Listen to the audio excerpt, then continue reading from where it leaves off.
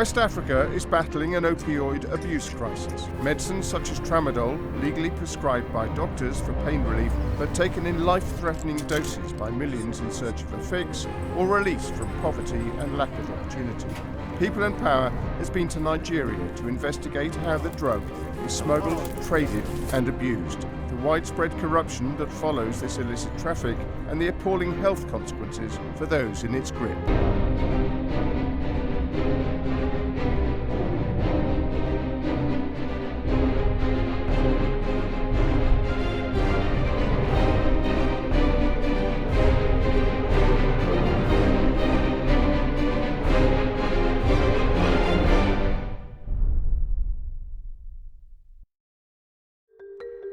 The United States is in the midst of the worst drug addiction epidemic in its history.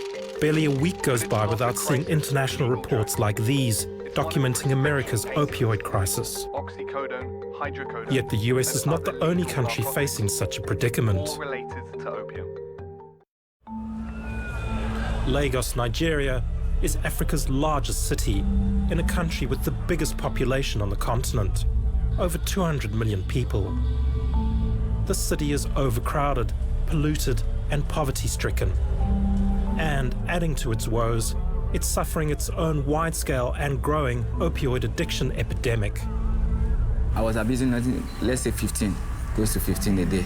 I've been taking tramadol for like 11 years. Tramadol, a life-saving opioid painkiller, is also being abused on a massive scale by all sectors of society. I've been taking it for 4 years.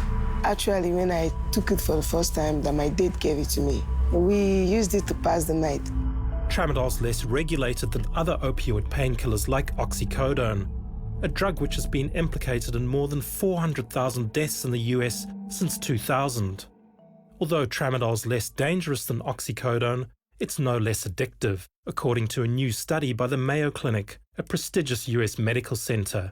The key findings of our study, which was looking at the effect of tramadol on long-term dependence in patients with an acute episode of pain, was that the patients who received tramadol actually, to our surprise, did not have lower rates of long-term opioid use, but actually had slightly higher rates of going on to long-term opioid use. Tramadol is currently a Schedule IV opioid versus other opioids like oxycodone or Schedule II, meaning that the government considers those at higher risk of abuse and long-term dependence.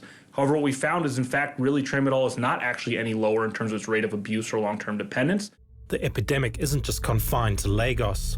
It's infected the entire country. In 2018, the United Nations Office on Drugs and Crime, or UNODC, released the results of Nigeria's first ever illicit drug use survey. What we have found is really of concern, of grave concern. When we're talking about the non-medical use of tramadol, there's roughly almost 5 million users over the past 12 months, and the tendency appears to be rising. Poverty, unemployment, general desperation of people and their living situations is one of the drivers.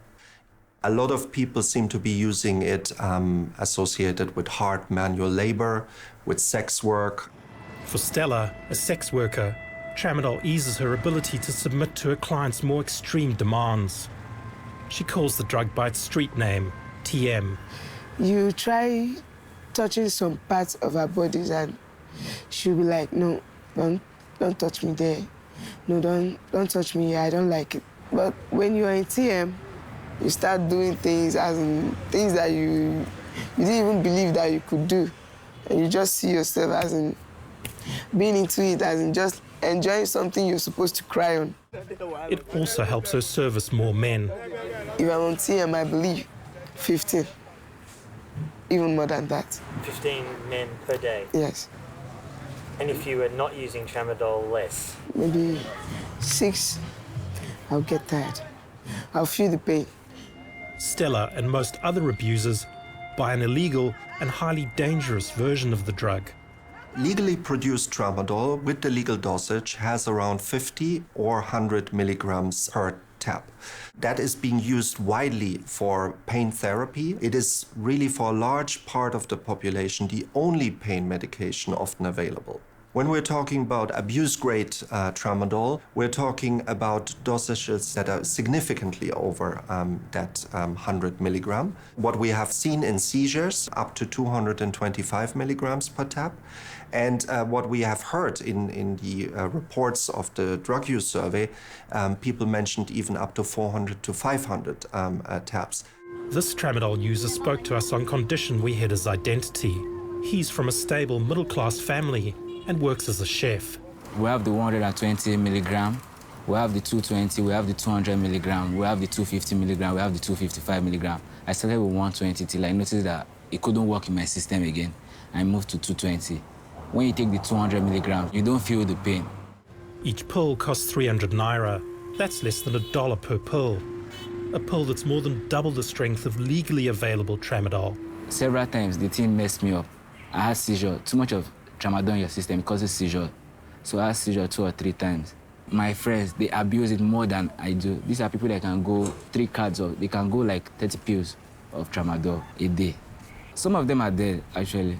Some, they moved from a wealthy family. Some moved to the street. They left their house because of drugs.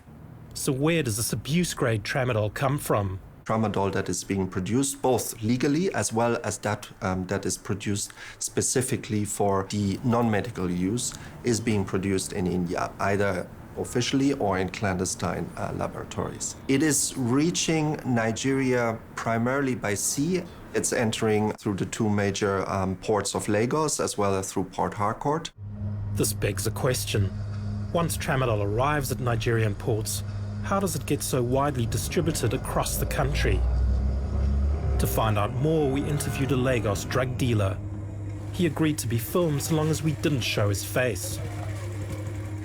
His business consists of a motorbike and a suitcase filled with legal drugs. The tramadol he keeps out of sight. I'm not putting tramadol inside the bag. I'm just hiding the tramadol in my body. Sometimes I'm using my pocket to put the tramadol inside. Most of his clients are young men. They are doing cleanness of Lagos. These laborers where they're moving with big cars to be parking dustbin at the road. Like these guys where they're pushing wheelbarrow at the road. He also sells to women. Just are buying tramadol very well from me. And then women's where they're working inside hotel, working, do energy to cook food in the week. I'm selling tramadol like 60,000. That's around 200 pills a week, a significant amount for a street dealer. Where, we wanted to know, does he get them from? These big chemists, they are the ones selling tramadols. They are selling to us in secret. If they do not know you, even though you go, they will not sell the tramadol to you until they know you clearly. At this point, he became wary and wouldn't tell us anything more about his suppliers. We put this question to UNODC. We need to be very honest. We know relatively little about the criminal networks that are being involved, how well they're organized, how large they are. There's about 7, 8 different nationalities that have been identified. The other issue that suggests a certain level of sophistication is the mere size of the individual seizures. Some of these seizures allegedly are reaching several tons, dozens of tons, which really suggests like a relatively sophisticated process. To find out more about such seizures, we arranged a visit to Apapa, Nigeria's largest and busiest port. In 2018, customs and other authorities seized 41 containers of illegal tramadol here. Escorted by an armed convoy of customs and drug law enforcement officials, that's what they're keen to show us today. 225. Can you come to the terminal where those tramadol containers are? What have you got there? It's tramadol, 225 milligram. And where does it come from? It's coming from India. 2018 seizures were a coup for the authorities. The largest single seizure involved 33 containers filled with tramadol valued at, they claimed, 198 billion naira. That's over 550 million US dollars. With such massive sums of money involved, we wanted to know how many perpetrators had been brought to book. As far as you're aware, how many people who have imported tramadol have been prosecuted and what kind of jail terms do they get? Well, I can just speak for this particular consignment. that I said investigation is going on, and once it's concluded, they will be prosecuted. But in the past, there have been other importers of tramadol who have come in here. So For that, I cannot say because that time I was not here. Okay. The National Drug Law Enforcement Agency, or NDLEA, later told us that in the last 2 years, only 5 people had been charged in relation to the Apapa port seizures. Their prosecutions are still in process, and to date, no one's been convicted. We asked an NDLEA commander about allegations of corruption at the port. Corruption is not an issue because I've worked in NDLEA for like about 30 years. I don't think corruption is any issue to NDLEA operations as far as tramadol is concerned. But the events which unfolded soon after seemed to indicate otherwise. We filmed a customs official handing off a box of tramadol to a port worker. Then we captured boxes of the drug being thrown over the port fence. Finally, as we were leaving, a port worker was arrested, allegedly for stealing tramadol. We tried to film that too. You are recording for what? No, so it's that you caught him. That's Caught him doing what? Well, he was obviously got handcuffs on him, so he's doing something. So we caught him for what? Well, you tell me. There are a lot of little infringement and misdemeanors. Sure. I'm not obliged to give you that answer.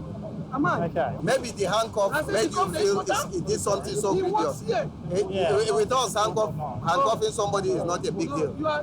Handcuffing somebody is not a big deal. Giving you attention. No. I'm going to take this. No, I'm taking it serious. Customs did take it seriously. Our filming, that is. We were detained and pressured to delete our footage of the arrest. In the end, though, they let us go. An official later confirmed that the arrested port worker had stolen the tramadol. But the ports of Lagos are just the start of the problem. Next, we travelled to Maiduguri in the northeast of Nigeria. The city was once the headquarters of Boko Haram, the Islamic State franchise terrorising this part of the country since 2009. The group, which has been fighting Nigerian military forces, attacking schools, and declaring an Islamic State in territory it controls. Since then, through attacks and suicide bombings, they've killed an estimated 27,000 people. Over 2 million civilians have been displaced. We've heard disturbing reports that tramadol might be playing a role in the insurgency. To understand how the conflict is affecting civilians here, we interview a psychiatrist at Maiduguri's Federal Neuropsychiatric Hospital. So, how many patients all in all? He shows us around a rehab ward. But I think the number of patients has reduced, isn't it? It's almost empty. But that isn't for lack of those needing treatment. Prior to insurgency, the occupancy is like 40–60%. However, as the insurgency sets in, the source of livelihood of people was affected or is affected. And there was a reduction in the number of people that can afford treatment. Also, since the insurrection began, he's seen previously unthinkably high dosages of tramadol come onto the market. Of recent, we have started seeing 625 milligram capsule of tramadol. 625 is actually shocking, but it is also surprising to see that there are individuals that can take up to 10 capsules of the 625. Shocking indeed. That's over 60 times the maximum legal dosage. One of those who can't afford treatment is Abba Muhammad. Dan da Boko Haram suka shiga garin sun kashe yayana shine a zaman ubana yake. That was 4 years ago. To suna zaune a cikin gangar da Boko Haram da motansu da mahinansu guda 4 ne ko 5 ne da aka ce da filas nasu guda 2 da suka zo da suna zuwa sun ga tare mutane a wajen sai suka fara harbi a wajen. At the time of his brother's death, Abba had already fled his village. He now lives in a camp for internally displaced people on the outskirts of Maiduguri. Mun je ni da tsohuwata mun je mun duba wajen da tsohon yake ga mana. Mun je kakan garin. To akwai gawaki da dama a wajen.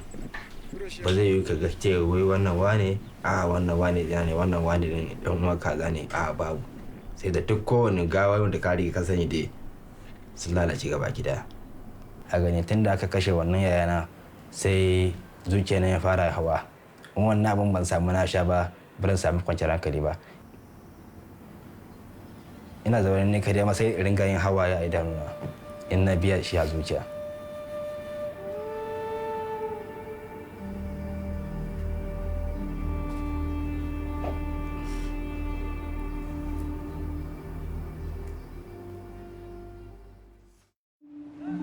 And it's not just civilians who are taking tramadol. We also came here to investigate suspicions that the drug is fueling the insurgency itself. We tracked down a former Boko Haram member. For security reasons, we could only interview him at our hotel. Like many of these arrested Boko Haram fighters, he was forced to join the movement when he was in his teens. He was in the movement for 4 years before escaping. Now he lives in a refugee camp outside Maiduguri. Sai suke ku kaman wani gida haka. Sai su tara ku kaman 100 200. Sai su cire a cikin jakkansu. Sai a ba ku kwaya 5 ko 6 amma ku ringa malaji da shi za a ce muku. Gaskiya ya sani ba daɗi kamar rashin lafiya haka kuma ya sani amai kaman ciwon kai haka. Da na saba kuma ya riga ya zama jikina in ban sha wata rana ba sai na neme shi. Once they were hooked on tramadol, Boko Haram put them to work. Akasari da mafi yawa suna fitar da mu kamar irin kwashi shanun mutanen Cameroon. Za su tara mu kamar mutum 200-300. Za su kawo masu bindigogi da cikin su da yawa kamar mutum 70 ko 80. Sai su haɗa mu da sanduna da adda sai mu kuma mu bi su da daddaren. In suka kwaci shanu sai su haɗa mu da shanu mu dawo da shanu. The drug enabled them to carry out these arduous 24-hour missions. It was also used to groom them for what was to come. Ba shakka dole ne suka samu akan ce sai mun fita sai an yi harbe-harben. Mun kai harbe-harben ko mun afkawa barikin soja. Soji sun gudu irin makamansu da ya rage da irin motocinsu nan da za a tara a kawo. Sai a tura wa shekau. Abubakar Shekau is Boko Haram's notorious leader.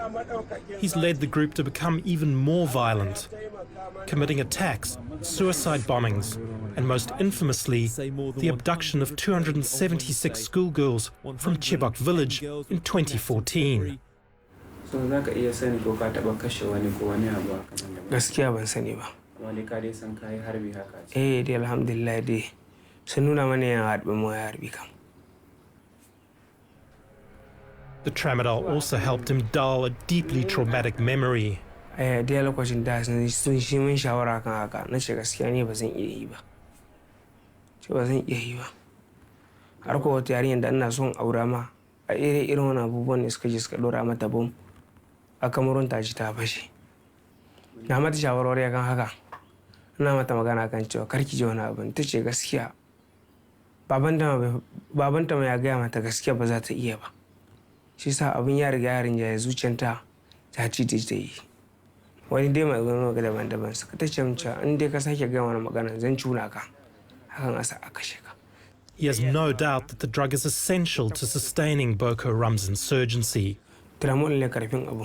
In babu su kansu ma ba su jin daɗi sai dai su je su zauna akan dutse. Su samu zama. Ba rai sai su je wurin waje irin kai hari haka ba. Hakan za su ci tsoro haka.